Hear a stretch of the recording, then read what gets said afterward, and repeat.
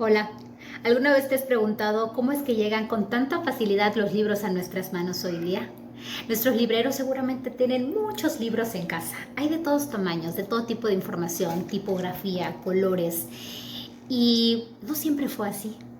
Antes las personas para comunicarse de forma escrita lo hacían dejando mensajes en las paredes de las cuevas, cuando querían que las generaciones posteriores conocieran aquellas cosas que habían descubierto, que habían visto, que habían experimentado.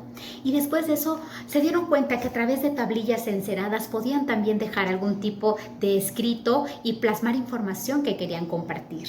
Más adelante con el tiempo aparecieron los papiros y a través de jeroglíficos que habían diseñado para comunicarse también podían dejar información escrita y la podían trasladar, ya era móvil a través de los papiros. Sin embargo, esto no fue suficiente. El ser humano siempre tiene necesidad de conocer, de aprender y de saber más y era necesario comunicarnos, pero estar transcribiendo información, tomándose el tiempo que éste llevara y vender este tipo de libros en aquellos tiempos era bastante costoso y no todos podían tener acceso a esto. Pero Dios siempre tiene el momento ideal y la persona ideal para hacer cosas que nos van a marcar. Ahí aparece aproximadamente en el año 1398 un hombre llamado Johannes Heinrich Sürladen Gutenberg. Seguramente tú lo conoces como Johannes Gutenberg o Juan Gutenberg.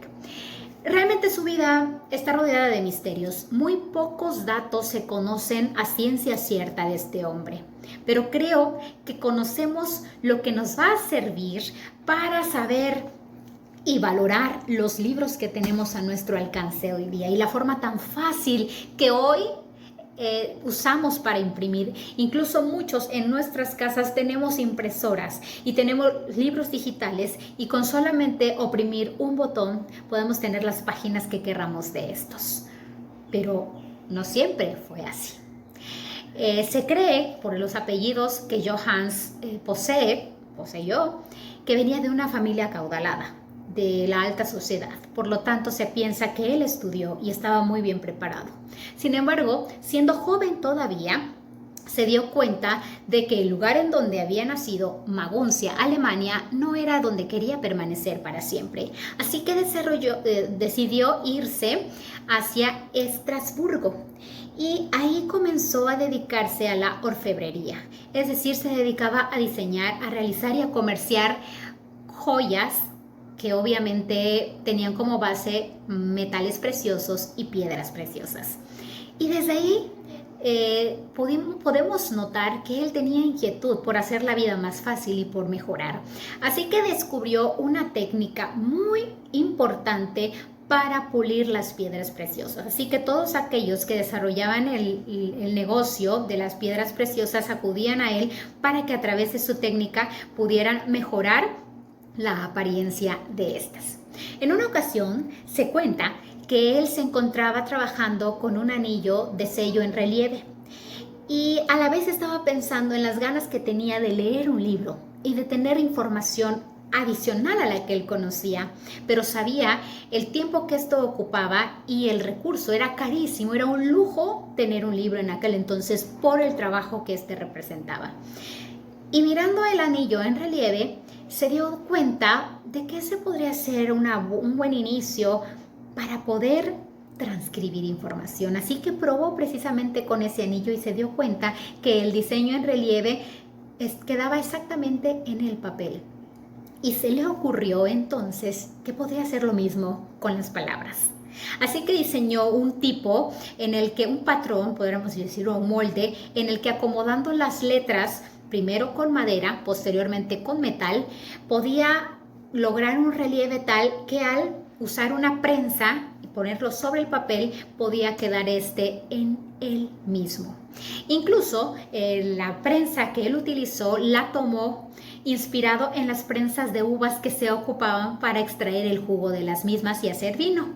Esa fue su inspiración, así como el anillo de sello en relieve. Y se dio cuenta de que se podía hacer una forma de hacer libros y hacer muchos al mismo tiempo. Su primer libro oficial que imprimió con este método que diseñó fue la Biblia. Y fue aproximadamente en el año de 1454. Y fueron 200 los ejemplares que se imprimieron y obviamente se vendieron inmediatamente. Es tan famoso este primer ejemplar o primer trabajo que él desarrolló, tanto que se le conoce como la Biblia de Gutenberg de las 42 líneas, ya que la forma en la que organizó la tipografía para que quedara plasmada en el papel lo hizo a través de 42 líneas, que les voy a dejar aquí una imagen de cómo es la Biblia o una de las páginas de la Biblia de Gutenberg de las 42 líneas. Se dice también que cuando él descubrió que esta técnica funcionaba, tenía mucho miedo y le pidió a sus socios que le habían otorgado créditos para poder desarrollar este trabajo, que no lo dijeran. Él no quiso que se supiera sobre el invento. No se sabe a ciencia cierta por qué, si por miedo a que lo despojaran de la autoría o simplemente por inseguridad, a que ésta pudiera crecer. De cualquier forma, este trabajo se fue desarrollando y él se dio cuenta de que podía mejorarlo y posteriormente trabajó con metal para realizar la tipografía de los textos. No, realmente Johannes Gutenberg no descubrió una técnica en cuanto a tecnología para realizar este trabajo, sin embargo, sí las bases y los fundamentos de lo que posteriormente se desarrolló y que, bueno, ha llegado hasta nuestros días a convertirse en algo tan práctico y tan portátil como una impresora. Y algo también que sí dejó huella y que es algo que se tomó y se cambió a partir de Johannes Gutenberg es la tinta utilizada para la impresión. En aquel entonces se utilizaban tintas a bases de aguas y otros líquidos que no perduraban por mucho tiempo. Sin embargo, él se dio cuenta que si usaba como base el aceite, la tinta podría permanecer por mucho tiempo en las hojas. Y bueno, esta fue algo que se tomó como premisa para desarrollar precisamente las tintas. Y bueno, con el paso de los tiempos tenemos lo que hoy compramos en una tienda. Es impresionante cómo a través de una idea, a través de una necesidad, podemos avanzar. Realmente a Johannes Gutenberg no se le reconoció en su tiempo. Los premios que recibió fueron solamente unos cuantos años antes de que muriera. Y los honores que se le hicieron fueron post-mortem. Realmente él no se dio cuenta de la magnitud de la marca que había dejado en la historia de nuestro mundo. Y yo puedo aprender una lección de esto. Cuando nosotros tenemos una necesidad, cuando realmente tenemos una necesidad, porque tenemos una capacidad increíble, hacemos lo que está en nuestras manos para facilitar nuestra vida y para ayudar a otros. Si nos reconocen está maravilloso, pero si no, no importa. Dejar huella en nuestra vida, dejar huella en la vida de la humanidad es muy importante. Yo te invito a que encuentres un motivo por el cual tú puedas dejar huella en esta tierra.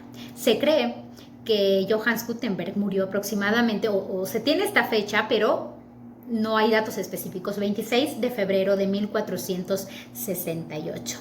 Murió en crisis, en ruina realmente, fue despojado de lo que él tenía, fue despojado porque no pudo pagar los créditos que había tomado prestado para poder desarrollar su trabajo. Se cree que esos recursos que él tenía no los ocupaba precisamente para lo que debía, y bueno, eso no le permitía, y al no abrirse a desarrollar el experimento en público, bueno, eso no le permitió poder avanzar un poco más a nivel económico.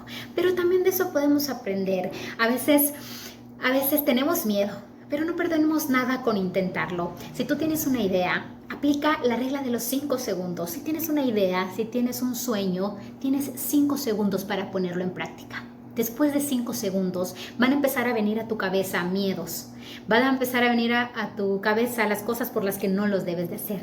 Tienes 5 segundos para levantarte, hacerlo o por lo menos agendarlo y hacerlo pronto. No te imaginas cuántas cosas puedes hacer para dejar huella en este mundo. Te envío un abrazo bien fuerte y espero que la historia de Johannes Gutenberg te haya servido y te haya enseñado también una lección. Hasta pronto, aprovecha y valora lo que hoy tenemos a nuestro alcance con tanta facilidad. Hasta pronto.